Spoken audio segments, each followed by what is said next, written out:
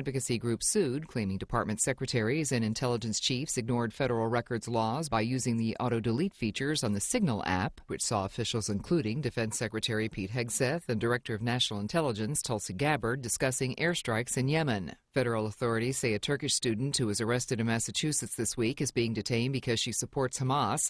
While speaking Thursday in Guyana, Secretary of State Marco Rubio defended the decision to detain the student. If you apply for a visa to enter the United States and be a student, and you tell us that the reason why you're coming to the United States is not just because you want to write op-eds, but because you want to participate in movements that are involved in doing things like vandalizing universities, harassing students, taking over buildings, creating a ruckus, we're not going to give you a visa. In a statement, a Homeland Security spokesman said their investigation found Rumeysa Ozturk was supporting a foreign terrorist organization that relishes the killing of Americans and called it grounds for visa issuance to be terminated. Ozturk is reportedly in custody at an ICE processing center in Louisiana. Borrowers can once again apply for income-driven student loan repayment plans. The Department of Education reopened online applications after they had previously been taken down by the Trump administration earlier this year. The plans that are now available are income-based repayment, pay-as-you-earn, and income-contingent repayment.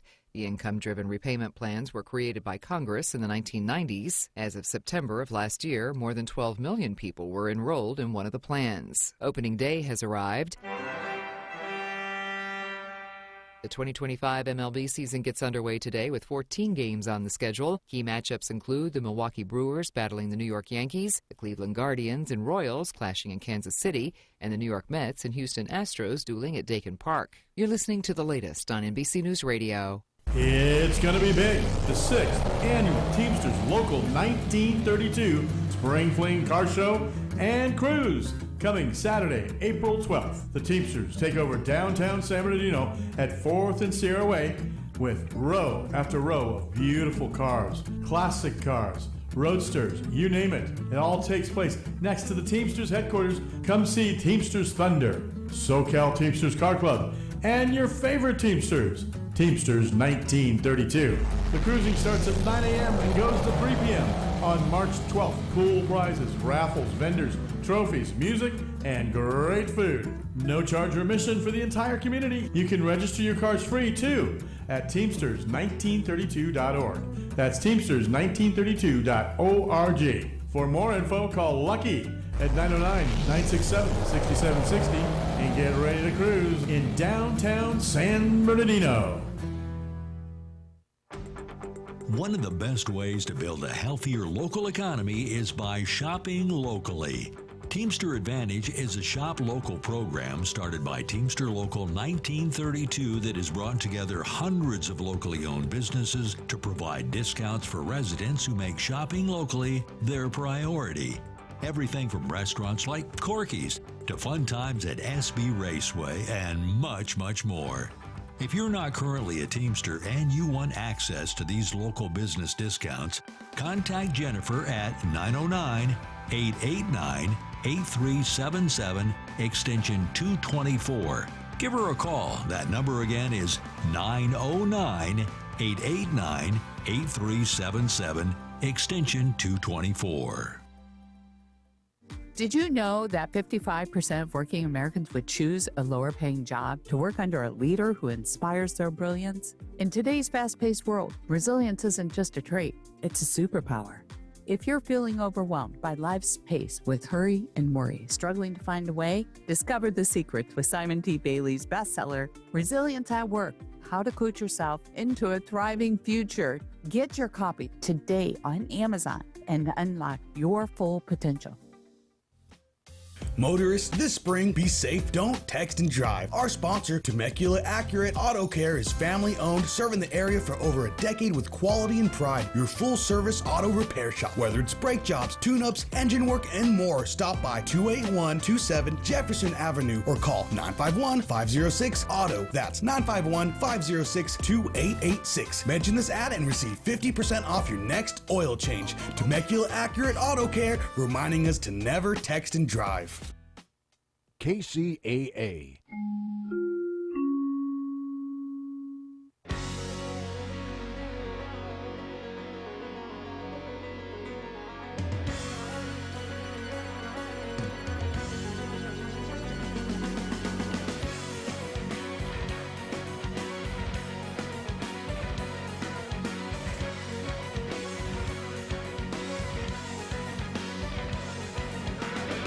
Live and in color from the NBC News radio broadcasting studios of KCAA, 1050 AM, 102.3 FM, and 106.5 FM, located in beautiful Southern California, and in parallel from the Turfs Up radio studio in Fort Lauderdale, Florida. Thanks for tuning in to the Water Zone Show this evening. Oh, well, all right, everybody, and welcome here to another edition of the Water Zone Radio Show. I'm your host, Chris Davey, and for those of you who are expecting to hear good old Mr. Rob Starr here at the mic, I hate to douse your expectations, but he usually cues up the show or the show intro as you hear me doing it. But don't worry, he'll be here for the second half of the segment today. So we do have Miss Chris Austin live here at the other microphone on the Water Zone today. So let's bring in Chris, and we'll find out what's the latest in California water news. How are you, Chris? Hey, I'm doing great. How are you doing? Splendid down here. We've come off it. Today is the down day of the mini heat wave that we had on Monday and Tuesday and half the day yesterday. Chris, here in Claremont, California, it was in the low 90s. Can you believe it? Yeah, I can remember when I lived down there turning on my air conditioning in February on occasion, every so often. But yeah, unseasonably warm. It was also unseasonably warm up here, got up into the low 80s, actually, and we actually had to turn on our air conditioning. So, yeah, it's a little heat wave, and then now we're going to get back to some more snow and rain. Got some of that coming in right now, headed up a little bit of a storm for today and tomorrow. And Saturday we'll have a lull. And then next week it's lining up to be another quite active week with an atmospheric river headed in on Tuesday that could really bring a significant amount of rain. And they're not sure where it's going to go yet, but it right now seems to be aiming for the Central Coast, but things can always change when you're 6 days out. Yeah, traditional atmospheric river, though, I see from looking at the forecast. But if you look at the 10-day forecast for here in Southern California, there's a cloudy week next week, but there's not a lot of rain predicted. So I don't think it's going to get this far south. But for Central California and you guys up there in the Chico, Northern California area, it looks like you could get a pretty good dousing looking at the NOAA map. Yeah, it looks to be pretty good. So, and, the benefit is that hopefully it will do some good for our water supply. If it's a very warm snow and it warms on the snow and it rains on the snowpack, that's not it's not very good for the snowpack. So that can happen. But if we get some snow, then there's that's just adding to the snow that will provide us with our summer water supply. So hopefully it's all good. If it rains on the snow, that will mean increased runoff, and it looks like it's a pretty intense storm. So we're going to hope for, just enough rain that's nice and beneficial, but doesn't flood. So up to the top, it does not flood. Wish nobody floods. But, we're looking for, going to have an awesome April, and maybe we'll add to our water supply. So, I think so. Don't put those umbrellas away yet. Don't put the umbrellas away. And I think next week, or April 1st, when the official snow measurement happens again, I think at Phillips Station here, what do you think they're going to find? I think I read last time, and it was on the notebook, it was on Maven's notebook, Chris, that we're like 98% of normal. So, I don't think we're in too bad of a shape, are we? No, these storms coming through have been very helpful, and they boosted up the water allocations up to 40%, which is that's if you're looking for 100%, 40% isn't much, but it's better than what it has been in recent years. So we'll look to see what that is and if it goes any higher. But right now, things are looking pretty okay for the water year. So yeah, I think you're right. For folks like the State Water Project, right, to look at those allocations, and they look at them pretty close, right? There's a bit of optimism there, I think, for that, and that's going to be good. It's going to be good for the state. It's going to be good for agriculture and farmers. So hope it keeps going that way. So listen, let me ask you this question, because reading the notebook, especially the daily today. So I'm seeing a lot of fishy stories, Chris. Delta smelt, salmon. What's up with that? Well, and what I find a rather surprising development, the federal funding for the Delta smelt is going to continue. They've have some 5-year agreement actually to work on this. What they've done is they have a Delta smelt hatchery right now, and the idea is they're going to keep some Delta smelt alive, and hopefully they can repopulate the Delta when conditions get better. They've had this Delta smelt culture lab for, I got to say, at least 10 years. And in recent years, they got good enough, know enough about the Delta smelt to actually be releasing them in some areas in the Delta. And it's actually seems to be working, that the fish are being released and they are surviving. But overall, it doesn't look good for the Delta smelt. And the reason why there's this big focus on the Delta smelt is because, back when they first started doing surveys, this is back in the 1960s, they were more concerned with sport fishing. So, they were looking for striped bass, which is an introduced species into the Delta. And, they were looking for those sport fishes, and they would put in their nets because that's how they did it. In the 1960s, put a net down, soak up, pull it up and bring up some fish and see what you got.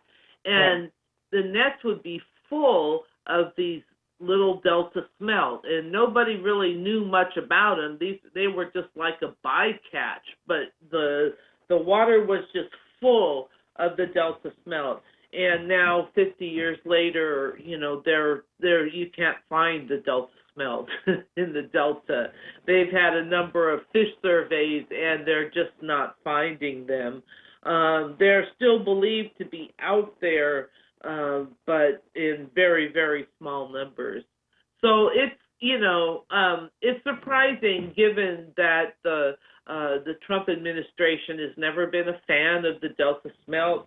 They don't really seem to exactly know why the federal funding was restored, and so given that, I wouldn't exactly count on it lasting for 5 years. But anyways, that is back in play now, so we'll see where that goes. It's good to know that there's at least somebody's looking at some new strategies anyway, looking at protecting Delta smelt. So. Yeah, and the idea is you make things better for Delta smelt, you make them better for other species as well. But another species that we focus on a lot here in California is salmon.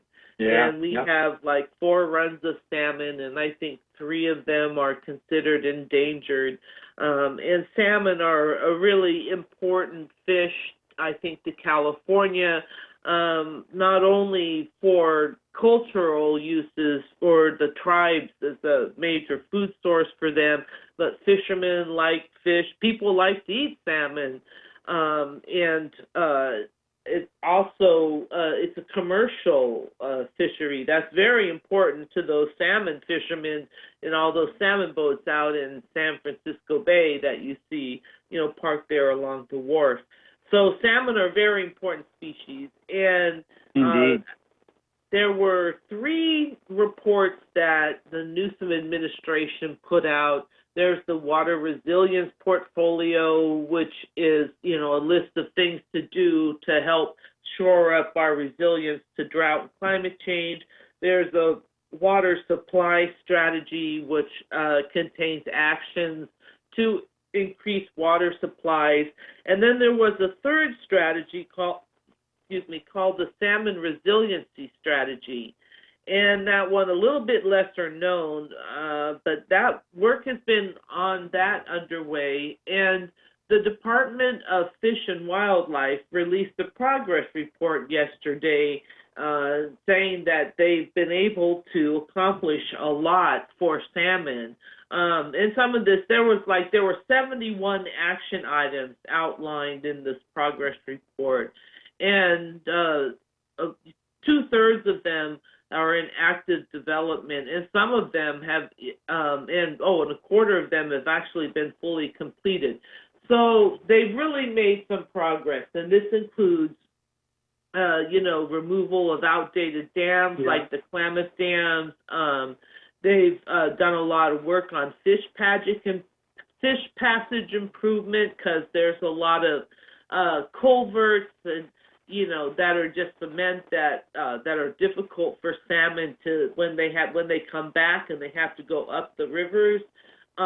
They've been working on habitat restoration and some flows, and they've got new technologies to monitor and track salmon. So there's a lot that California has done for salmon now, and this document outlines them. I guess the ironic thing is that given that the salmon return numbers are very low this year, we're looking at having another third season of salmon fishing being closed.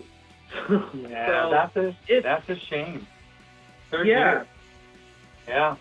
Chris, I know that next time we come on, because we've only got less than a minute left here for us, but I know that there's been some work that or some plans for the Salton Sea too. So to restore fish populations in that and to revise it. We'll have to talk about that the next time you're on, Chris. Okay? Okay, will do.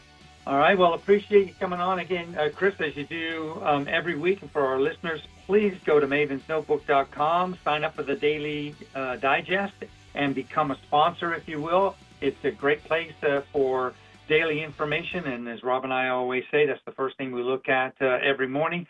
Chris, I'm going to wish you a great week, and we're going to bounce off to our commercial break. We'll see you next week, yeah? All right. Good evening, everyone. All right, have a great week, Chris. Stick around, everybody. Second half, we've got a great interview coming up with Rob Starr and myself on the Central Arizona project. So don't go away. We'll be right back in about a minute's time.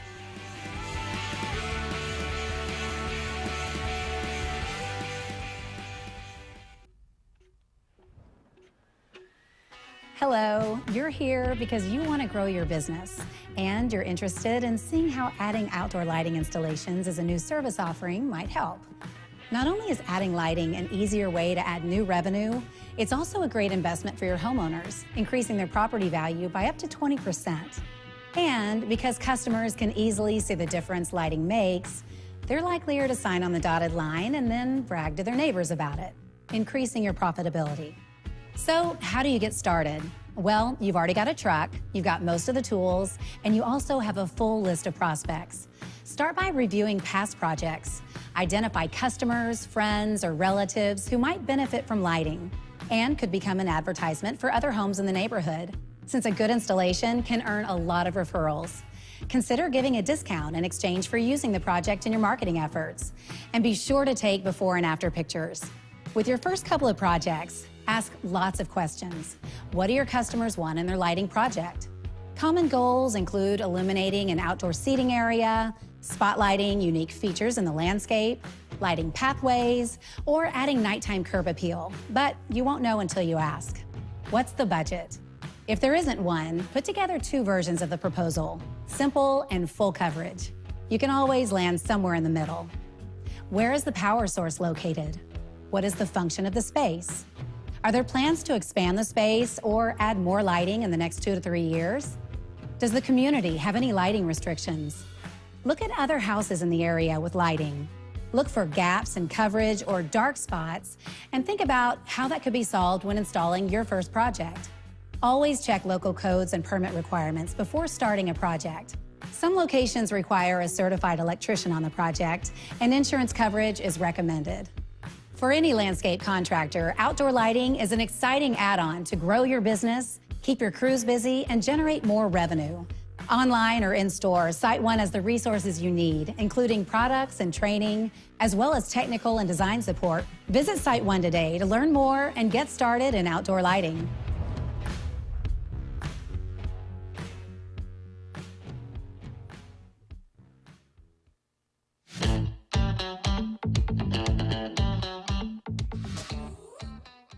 Well, welcome back to the second half of the Water Zone. I'm Rob Starr along with Mr. Chris Davies, and we have a very special guest that we've been looking forward to.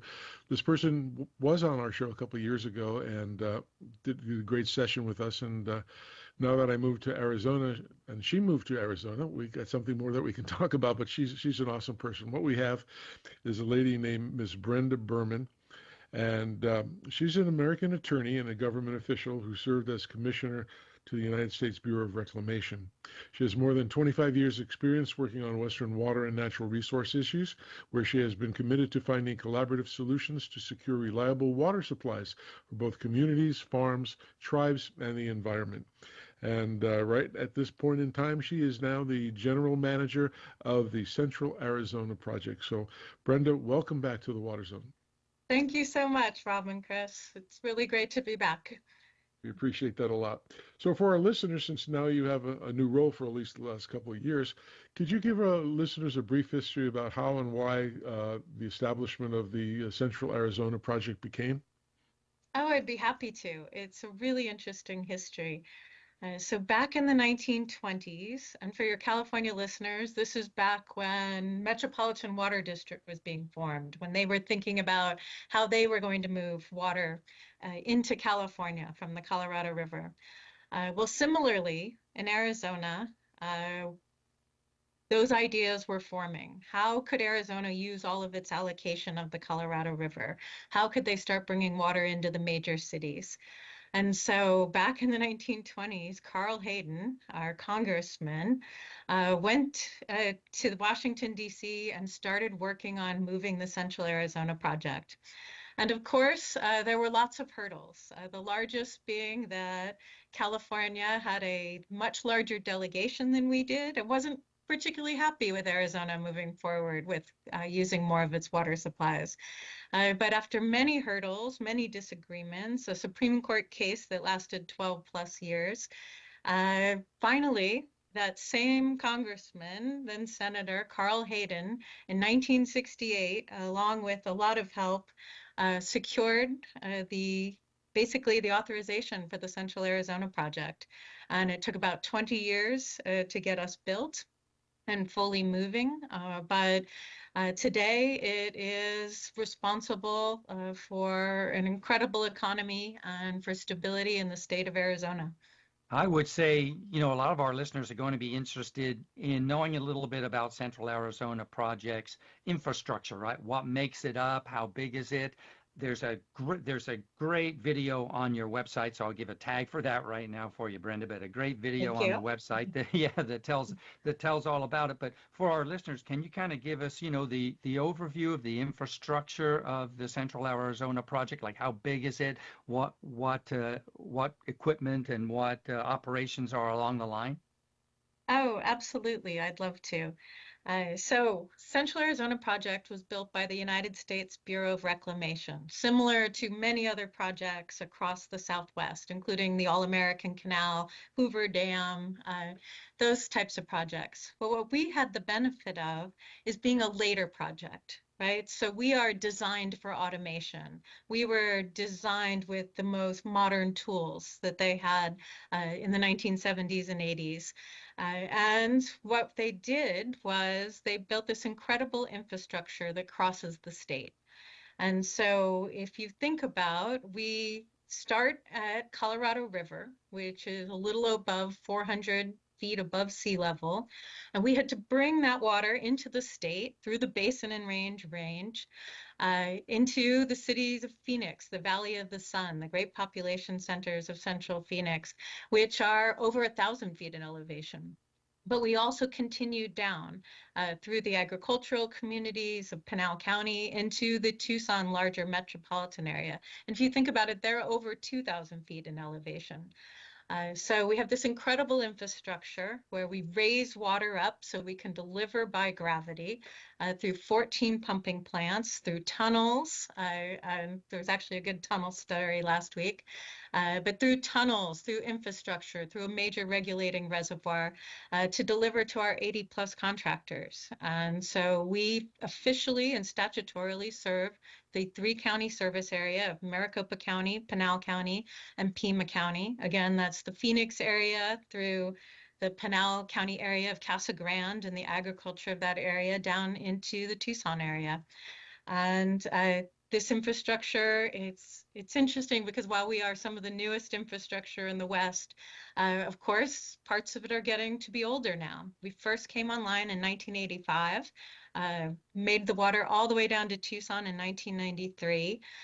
So, of course, this infrastructure is facing some of the same issues that our sister agencies have faced over the years. We are looking at aging infrastructure. We are looking at how our system moves, how do we respond to climate change. So it is a constant and vigilant practice to keep this mighty infrastructure going, but we are blessed with the fact that these engineers had incredible tools when they put this incredible lifeline across the state of Arizona.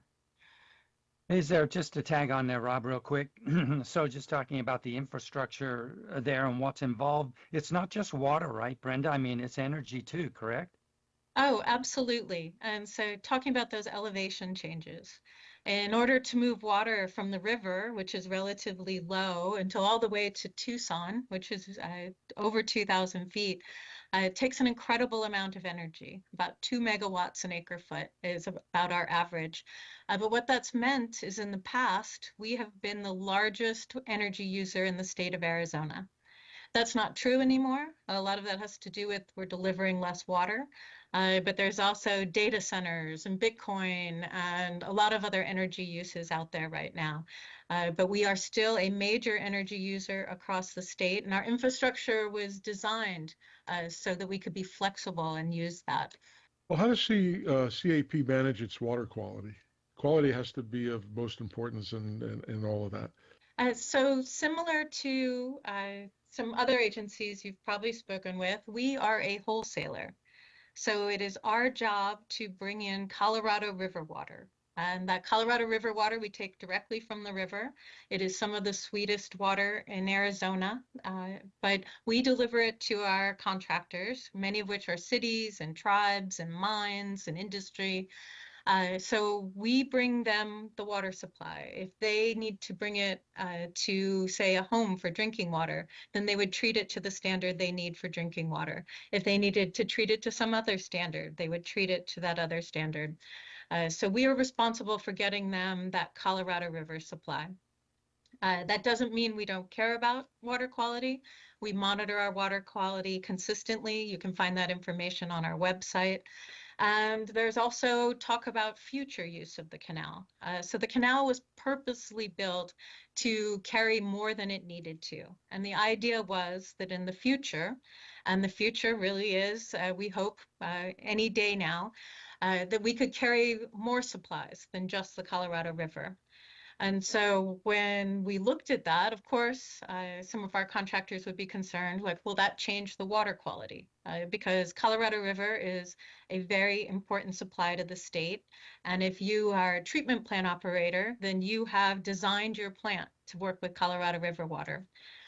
So our board and us went through a big public process to look at what would water quality need to be if you were going to bring a new supply into the canal. And we decided it basically needed to be drinking water. So if you want to bring a new water supply into the canal, many will have to treat it in order to do that. And there are many poised to do that. We believe a number of our cities will be looking to bring in new supplies. We said we're hoping any day now. Brenda, when you look at the map on your site again, which is a terrific site, I'll say it one more time. When you look at the map, there's a lot of infrastructure along that, 336 miles. Lake Pleasant being one of the largest of them, I'm sure, as I see on there. It's got an interesting tag. It says it's a dual use lake. So can you explain that for our listeners? Absolutely, and thank you for that question. Talking about that amazing infrastructure again, Lake Pleasant is our regulating reservoir. It is almost exactly halfway through that 336 miles, but it is also right before the major population centers that we serve. And so what we are able to do is to bring that water in the springtime when energy supplies cost much less, when the grid is not under stress. And we can bring in the majority of the water supplies that we will need for the summer, which is the heavy water use and the heavy energy use season, and we can store them in Lake Pleasant. And of course, Lake Pleasant is it is a go-to place for recreation, whether that's boating, being outside on the water. There's great camping, there's great picnicking. It really is an amazing spot in Arizona. But for us, for the purposes of our customers, we use that to bring down the cost of their power, to make their water more predictable and stable given summer storms in the summer, and also to make sure that that our system is running with the peak efficiency that is able to do that. Well, given that, I'm assuming that your organization must use some sort of artificial intelligence to play a role in the operation. And is that true? So we are all looking at artificial intelligence. I mean, just what we've learned in the last year and a half. It's an incredible tool in many different ways. Of course, you also need to remember that we are running critical infrastructure, not only for Arizonans, but for the United States. And that critical infrastructure needs to be protected. So we can't be out there using open source tools, right? We need to be able to be looking at an enclosed system where artificial intelligence can help us run to peak performance and peak efficiency. So we are investigating those tools as we speak, but we very much need to be careful and protect this infrastructure for all of its purposes. Let me just give you a quick follow-up question to that. A couple of months ago, there was a water agency back in Philadelphia that got hacked at their water treatment plant. And I know that we had some people on the show from the FBI Cyber Lab and Department of Defense and Intelligence. And they were also concerned that, some outsiders can break in and hack treatment plants and structures of how water gets transported. Do you have a protection scheme in process, or something that sort of guarantees that nothing's going to happen to the whole structure? So all of us who run water utilities and power utilities, gas utilities, those of us who are responsible to the public, I know I take that incredibly seriously. Cyber threats are with us every single day. And we are using the best tools. We are coordinating with the United States, but we are always hyper vigilant about protecting our system. We've done that physically, we've done that cyberly, and we all hope that it's not us the next day.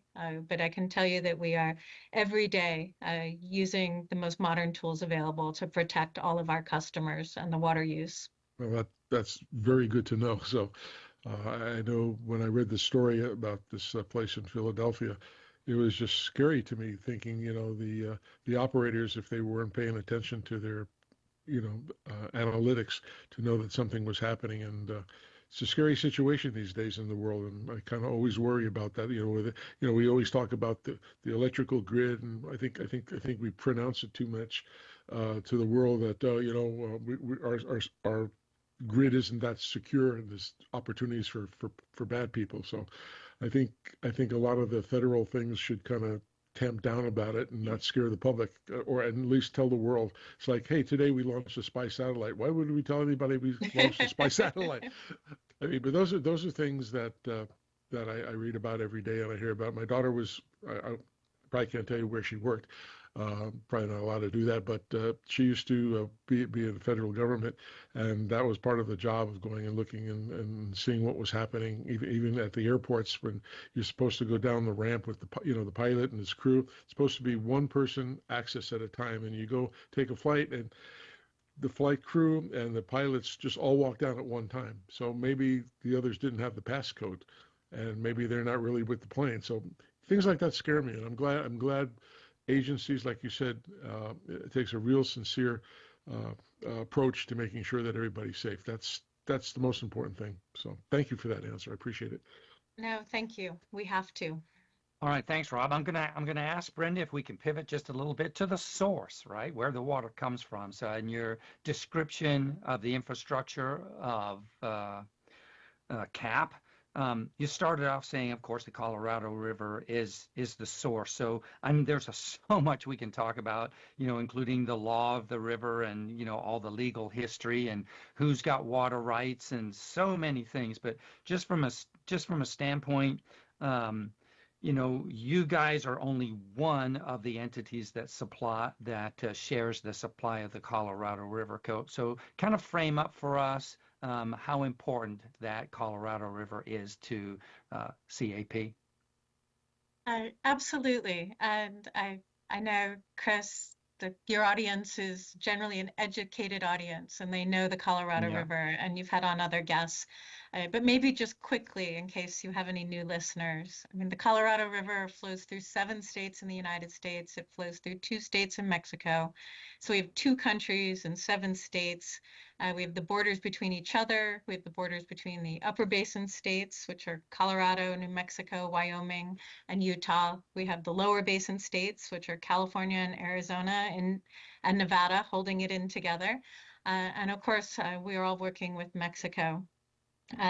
Ultimately, that's 40 million people in 2 countries who are counting on this river. That's an incredible responsibility. Here at Central Arizona Project, we serve the 3-county area. That's over 6 million people. That is over 90% of the economy of the state of Arizona. Whether that's chip plants or farmers or cities delivering drinking water, whether that's mines and other industry, that is an incredible responsibility that we share with our customers who ultimately bring that water to their ultimate source. So Colorado River is about 36% of the state of Arizona's water use. Many of our customers have another source. They're not all of them. They would also be using groundwater. They're using retreated water, which we call effluent. They are using in-state rivers. And so it really depends on the community you live in. Rob, you mentioned living in Buckeye. Buckeye is one of those newer cities that might not have access to some of the in-state rivers when the settlers first arrived here back in the late 1800s. But together, the Colorado River is an incredibly important source for the Phoenix area and the Tucson area and everything in between. And so we take this all very seriously. Of course, this is the major source of the Central Arizona Project. We do expect in future that we'll be carrying other supplies for people as well, but I can't overstate the importance of the Colorado River either to CAP's customers, to our cities and our tribes and our other customers, but also to the state of Arizona and the Southwest in general. Well, people hear about Colorado River information, excuse me, all the time. But what does it mean for the Colorado River to be in a shortage? Oh, ends up being a very interesting question. So maybe a little bit of history. Back in the 1990s, early 90s were dry. I'm sure some of your listeners remember that. But by the mid and late 90s, we were in a very nice wet period in the Southwest, in the 7 basin states, and most of our infrastructure was full. So we were sitting in a very nice place in 1999. And then, in fact, it was in such a nice place that the lower basin states, California, Arizona, Nevada, and the United States were working through what do we do in surplus when we have too much water? What should the rules be? And no sooner did they sign those surplus rules in January of 2001 than we immediately went into shortage. Not into shortage, into drought. And we had 4 of the driest years we've ever had. All of that storage in Lake Mead and Lake Powell, we lost half of it. Half of it disappeared to users. And this was a wake-up call. It was a wake-up call in particular to California, Arizona, and Nevada, to Mexico, but also to all the 7 states working with the United States. And together, the 7 states came together and put together a framework of what do we do in shortage, because there weren't any rules. What we knew is that the Secretary of the Interior has incredible discretion, and she or he could make decisions at the last minute, unpredictable decisions. But that's not how you want to run, that's not how you want to manage water in the West. We need more predictability. In Arizona, we're a dry state, right?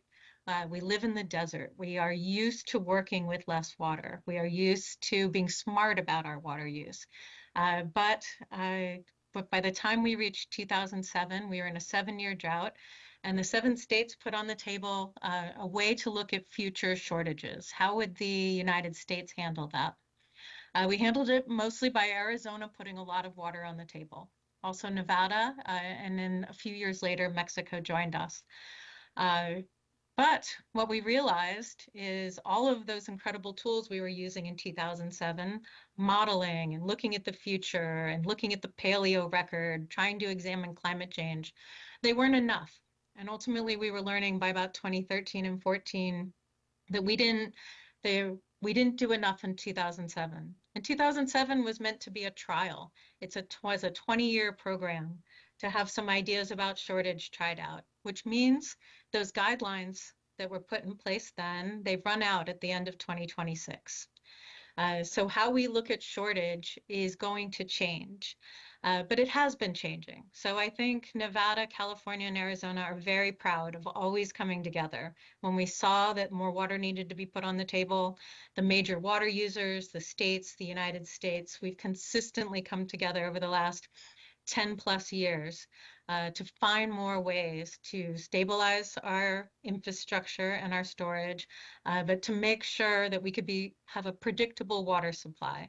And in many cases, that meant our users giving up some of their rights to that water. So we have done that. Back in 2019, I'm trying to remember if we talked about that the last time I was on your show. But in 2019, the states again came together and said, we need to put more water on the table, and we did, along with the United States in there as a partner. And so we are living under the rules and the stacked upon rules that we have put in place on ourselves since 2007. But again, those all finish, including the agreements with Mexico at the end of 2026. And so we need to be looking forward about what do we do, what are we going to do with our future? Because I think we've been very responsible with our present. I think that's a great roundup, Brenda, for sure. It makes a good segue to the next question here, kind of talking about the cyclical nature of drought. And we know we're gonna get into a drought again. There's going to be water shortages one more time. So, are there specific things that the Central Arizona Project is doing to adapt to drought, to practice sustainability, to look at protecting the current and future water supplies? Absolutely. I think all Arizonans have been on board. Look, we live in a desert. We have a desert ethic. We look at our water supply as something very precious. And I think we're very proud of our conservation record in Arizona. If you look at the state of Arizona as a whole, we are using even less water than we used in 1957. And if you think about it, we've added over 5 million people. I can't remember how many times our economy has doubled itself and doubled itself again and doubled itself again. It's been exponential. So if you look what the state of Arizona is in 2025 and compare it to 1957, and you say we're using less water than we did then, it's absolutely, I think it's remarkable. So we are used to drought in the Southwest and in the West. That's how we were designed. And of course, we are lucky we live within an engineered system on the Colorado River and that incredible storage that was built by our forebears in Lake Powell and Lake Mead. So when we look forward, we've also known, as we were just talking about, that we need to use less water. We have a smaller river than we did in 2000 or 2007. In fact, it's about 20% smaller. We know this is exacerbated by climate change. We're in our 25th year of a mega drought, and we don't know that that's going to end. We certainly hope it is, but climate change is with us. And so how do we react to a smaller river? Well, Arizonans have put an incredible amount of water on the table. We've put over 500,000 acre feet last year with no compensation whatsoever. Just 500,000 acre feet that people could have taken into their homes and into their lives and into their businesses. And through the agreements that have been made over the last 20 years, we did that. But then we went a step further. And so a number of the programs we'd had for several years, the United States took over in the last couple of years with some incredible funding that was secured by our Southwest legislators. And they used that funding to find even more water supplies. So Central Arizona Project's users in the 3-county service area put about another 300,000 acre feet on the table. And if you think about it, in Arizona, 1 acre foot can serve about 3 families. So that's so much water to be put on the table. We proved we could do it. Many did that to secure funding that would help them be more resilient in the future, because we know we have a smaller river. And when we have a smaller river, everyone needs to come to the table. Arizonans have put so much water on the table. Californians have put so much water on the table. Same with Nevada, same with Mexico. When we look to our future, what we know, if you have a smaller river, then it is everyone's responsibility to come to the table and be a part of making this supply stable for 40 million people. Well, you know what you're doing, and all the different all the different states are participating. I think it's a good thing. You know, there's people like you. I go back a couple of years. I'm sure you remember Pat Mulroy from Southern Nevada Water. She was a big. I just saw her a month ago. I don't need to remember her. Wonderful. An incredible water icon. Oh, absolutely. She's been on our show several times over the past 10 years, and she's just an awesome person. But I understand that in 2026, there's an important milestone for the Colorado River management. Can you tell our listeners what that is? Absolutely. Those guidelines we put in place for shortage and operations back in 2007, they end, they will no longer be in effect at the end of 2026. And so the 7 states and the United States, along with the major water users, including Central Arizona Project, the 30 tribes of the basin, the NGO community and other stakeholders, have all been trying to work towards what is our solution starting in 2027. And that has not been an easy job. We, as we were just talking about, we have a smaller river than we did 20 years ago or 25 years ago. And that river has to be shared by those 40 million people in those 30 tribes in 2 countries and the incredible economies of our state. And so when we look forward, we are in negotiations about that. And those negotiations are not easy. In 2007, I thought it was incredibly important that the states came together to put a fix on the table. And if you think about it, this river system is so different than the other river systems of the West and many of the world, and that we have fixed our own problems. So since I call it the modern era, really since the 1990s, what we have done is we have come together to solve our own problems. And we had plenty of problems, right? California was using more than its 4.4. Arizona was trying to build into its infrastructure. Nevada has an incredibly small allocation with a huge booming city. We have faced our own problems. We haven't sued each other. We have stayed out of court since the 1960s, basically. And so unlike other water systems, we are not run by a judge or a court. We don't go to a judge every year and ask them, what are we going to do? Particularly Arizona, California, and Nevada, when we've seen a problem, we've attacked it. We've figured out how to address it. We've figured out how to find more water supplies or more funding to find those water supplies, and we've put them on the table and we've saved it behind Lake Mead. When I look to the future, I remember that history and know that I certainly don't want to be part of the first generation that fails the Colorado River. But I also know this is all hands on deck. You might not have had to sacrifice or put any water on the table in the past. But this is what our future is telling us. When your water supply is 20% less, everyone needs to be at the table. If you use 1 drop of Colorado River, or your business uses 1 drop of Colorado River, or your family's business uses 1 drop of Colorado River, you have to be willing to be a part of this solution. I think we have shown that in Arizona. I think we've shown that in California and Nevada, and Mexico has been an incredible partner too.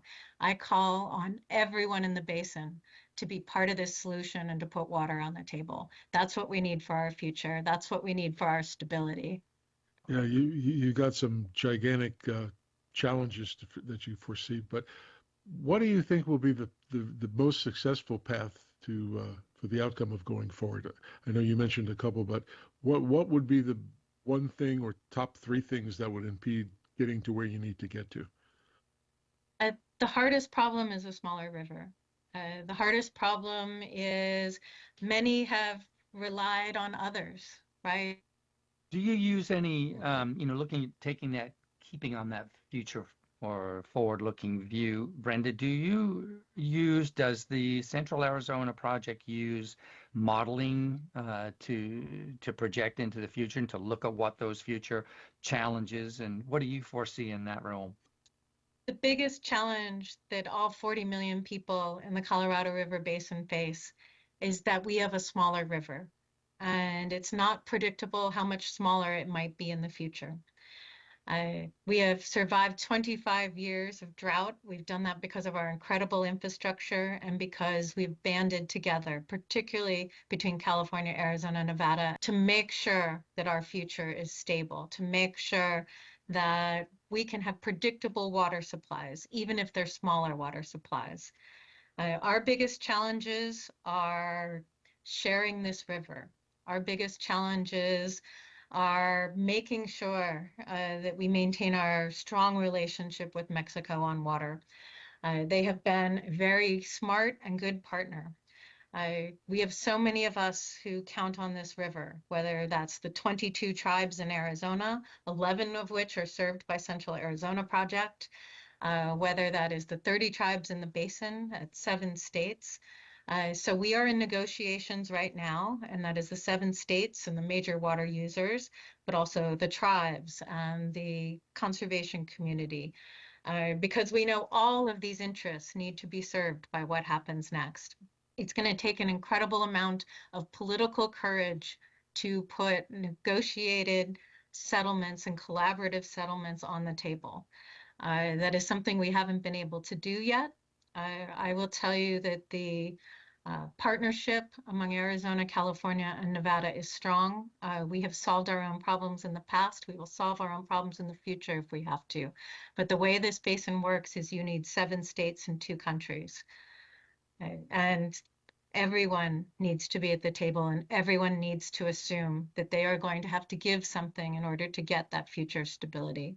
So Brenda, maybe let me ask you a quick question here, and maybe you have a comment on this, and it relates to how you see the health of the Colorado River, the whole Colorado River Basin as a whole, as it stands today, right? As you say, the Central Arizona Project is only one of the entities that shares in that, but in general, how do you see the Colorado River Basin and its health?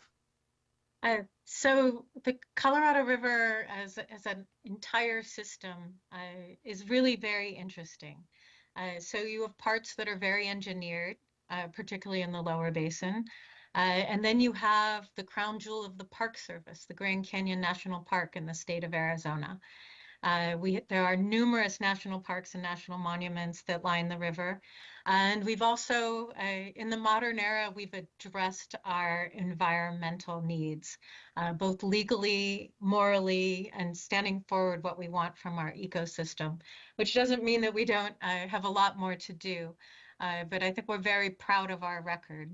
In the lower basin, we have the Multi-Species Conservation Program, the MSCP, and that is run by the 3 states in partnership with the United States.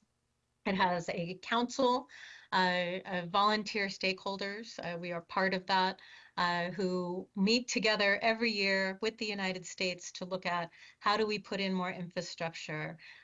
What does our monitoring tell us? How do we bring back threatened endangered species or species of concern in the future? So we've really committed ourselves, and I would say they've done the same in the Upper Basin, to getting ahead of our environmental responsibilities. We don't want someone dictating to us something through the Endangered Species Act that we know that we can fix or control ahead of time. And so it's been an incredibly successful program. The funding has been very stable, but they've put in thousands of acres of habitat, and it's worked. The birds are coming back, the critters are coming back. So we're very proud of those programs on the river system. If you talk about water supply, we're certainly concerned about our water supply. We have these great big reservoirs, and they are what has helped us survive 25 years of mega drought. So what do we need to do in the future? We'll be using that infrastructure, but we also know that we need to serve water to 40 million people. So that will be an incredible balancing act between water supplies, between infrastructure use, but certainly maintaining our environmental responsibilities at the same time. Well, that was a terrific wrap up, I'm sure. And then the explanation you gave a little while ago about, what's happened in the last 20, 25 years and the determination and dedication of all of the stakeholders involved. It was just terrific to hear that as well as your just recap just now, Brenda. But before we have the time, a few minutes left here before we have to hand over our broadcast time to NBC. Can we talk just a little bit, have you tell our listeners a little bit more about CAP in terms of if they want to learn more, if there's questions they have, how can they learn more about the Central Arizona project?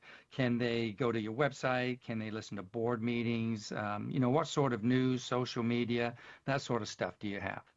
Oh, absolutely. Thank you for that question.